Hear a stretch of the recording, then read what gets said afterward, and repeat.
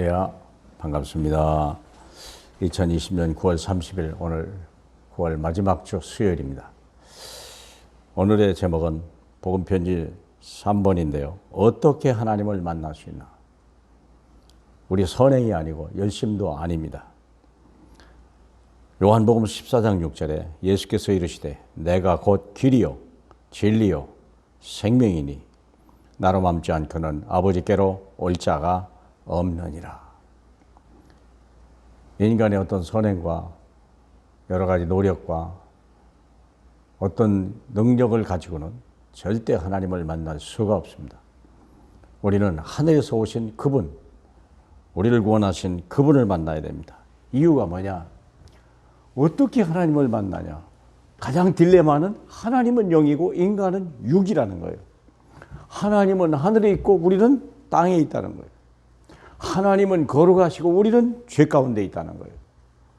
우리 하나님은 천만 천사를 동원해 계시지만 우리는요 수많은 악령에 사로잡혔다는 거예요.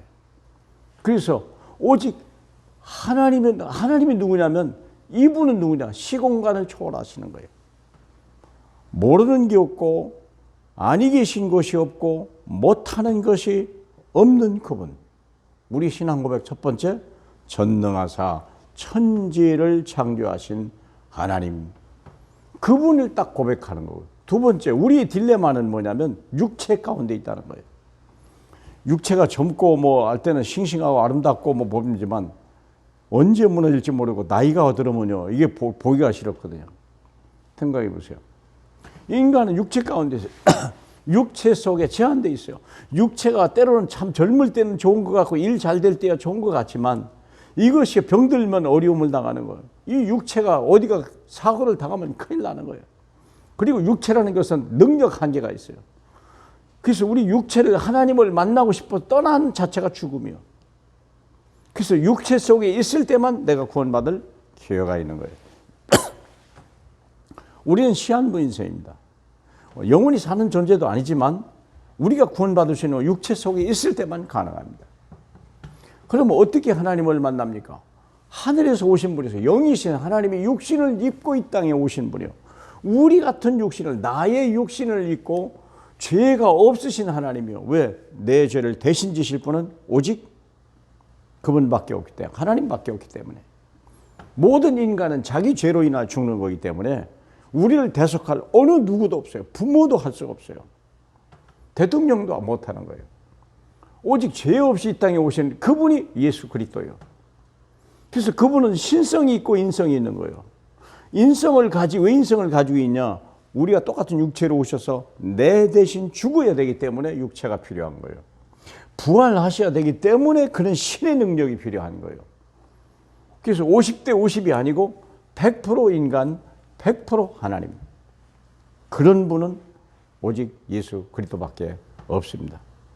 그래서 이 예수 그리스도를 이분이 십자가에서 모든 문제를 다 이뤘다고 요한복음 19장 30절에 선포하셨습니다. 그래서 이 예수 그리스도를 영접하는 것이 하나님을 만나는 거예요. 영접하는 자 그 이름을 믿는 자는 하나님의 자녀가 되는 것. 이미 완성됐어요. 노력하는 게 아니에요. 뭐 108배를 할 필요도 없어요. 집을 팔아 헌신할 필요도 없어요. 부모의 영혼을 구원하려고요. 뭐 어마어마한 재산을 바쳐도 그건 사기꾼들입니다. 거짓입니다. 그럴 수가 없습니다. 우리는 하늘에서 오신 우리를 구원한 구세주 예수 그리스도를 내가 믿고 영접하는 길밖에 없습니다. 그래서 나와 함께 하신 증거가 있어야 돼요. 하나님이 영이 예수가 오셨는데 예수는 육체로 오셨고 육체로 다시 가셨잖아요. 근데 우리에게 필요한 건 육체가 아니요. 실제로는 영이요. 내 죽은 영을 살릴 수 있는 영은 하나님의 영밖에 없거든요. 영이 죽었다는 사실을 이해하셔야 돼요. 그래서 내 살려주는 영, 그분이 내 안에 오셔서 내가 하나님의 자녀예요. 그렇죠? 그래서 그리고 늘 함께 하셔서 나의 걸음을 계속 인도하시고 예비하시고 그리고 어떤 결정적인 때 문제 생길 때 위기 생길 때 그때 하나님이 일을 하시는 거예요. 그래서 우리는 무엇을 하는 게 아니고 무엇을 소유해야 되는 게 아니야. 땅에 있는 어떤 것도 무익한 거예요. 위에 그러면 돈이 필요 없냐 그 말이 아니고요. 하나님이 주시는 거예요. 이 모든 것들이요. 내가 하나님의 자녀일 때요. 하나님이 모든 걸 책임지는 거예요. 근데 우리는 하나님의 인도를 받아야 되는데 말씀을 통해서, 강단 말씀을 통해서, 강단 말씀을 통해서 성령의 인도를 받아야 돼요. 문제를 만날 때 강단 메시지를 생각하고 들었던 말씀을 생각하셔야 돼요. 이 말씀 선택이 하나님의 인도를 받는 거예요. 그러기 위해서 우리는 시간을 정해놓고 기도 제목을 정해서 끝까지 기도하여요. 성령의 충만함을 받아야 돼요. 늘. 성령 충만이라는 말은 인간의 육신적인 세상적인 어떤 가치관을 따라가지 아니하고 오직 그분의 능력으로 감동된 거예요. 하나님의 영에 감동된 사람.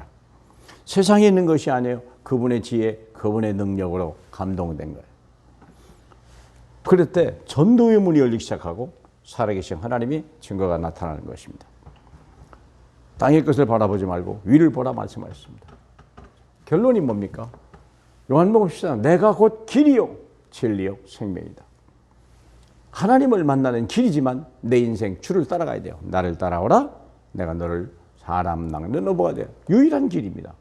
예수 그리스도 그분은 말씀으로 임하십니다.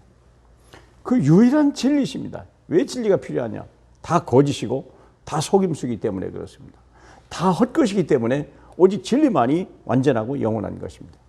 그분이 바로 예수 그리스도이십니다. 그리고 재창조의 생명의 능력이 내게 하나님의 생명이 들어온 거예요. 하나님의 생명이. 우리는 부모로부터 목숨을 받은 거지만 우리는 목숨 가지고는요 살기 바쁜 거예요. 그러나 하나님의 생명이 오면요 남을 살릴 수 있는 능력이 생기는 거예요. 그분의 생명이 저와 여러분에게 함께 하시길 바라고 이분의 생명이 만민에게 증거되게 하여 주님 앞에 전도자의 삶을 살아가실 주님의 이름으로 축복합니다. 할렐루야. 감사합니다.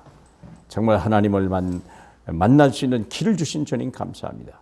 주님께서 내가 길이라 하셨으니 믿고 따라가게 하시고 그분만 의지하고 그분만 위하여 살아가는 우리 모두가 될 수 있도록 성령의 역사에 주옵소서. 예수 그리스도 이름으로 기도합니다. 아멘.